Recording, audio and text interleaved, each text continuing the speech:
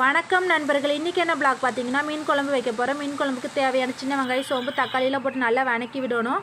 அதுக்குள்ளே தேங்காய் மிக்ஸி ஜாரில் போட்டு கீரை போட்டு அதே பேஸ்ட் மாதிரி அரைச்சிக்கோங்க. சின்ன வெங்காயம் தக்காளியெலாம் நல்லா வணங்கிடுச்சு பாருங்கள். மீன் குழம்பு பொடி தேவையான அளவு, வீட்டில் அரைச்ச கொத்தமல்லி தூள் 3 டீஸ்பூன் போடுறேன், குழம்பு மிளகாத்தூள் 2 ஸ்பூன் போடுறேன், தேவையான அளவு உப்பு போட்டுக்கலாம். உப்பு போட்டுட்டு வெங்காயம் தக்காளி இந்த மசாலா ஐட்டம் எல்லாம் நல்லா மிக்ஸ் ஆக தண்ணி நல்லா கிளறி விடுங்க. அடுப்பில் சிம்மில் வச்சுக்கலாம்.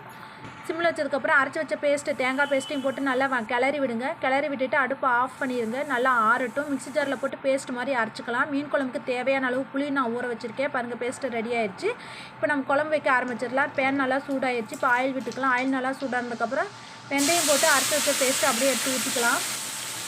மிக்ஸி ஜாரில் தேவையான அளவு தண்ணி ஊற்றி நல்லா மிக்ஸ் பண்ணி ஊற்றிக்குங்க. உப்பு காரம்லாம் பார்த்து நல்லா மூடி வச்சுருங்க. சாரி, நான் கருவேப்பில் போட மறந்துட்டேன். கருவேப்பில் போட்டுக்கலாம். பாருங்கள், மீன் குழம்பு நல்லா கொதிக்க ஆரம்பிச்சிருச்சு. இப்போ இந்த ஸ்டேஜில் நம்ம மீன் போட்டுக்கலாம். எப்போவுமே மீன் குழம்பு கொதிச்சதுக்கப்புறம் அடுப்பு சிம்மில் வச்சுட்டு மீன் போடுங்க. மீன் ஃபுல்லாக போட்டதுக்கப்புறம் சிம்மிலேயே தான் இருக்கணும்.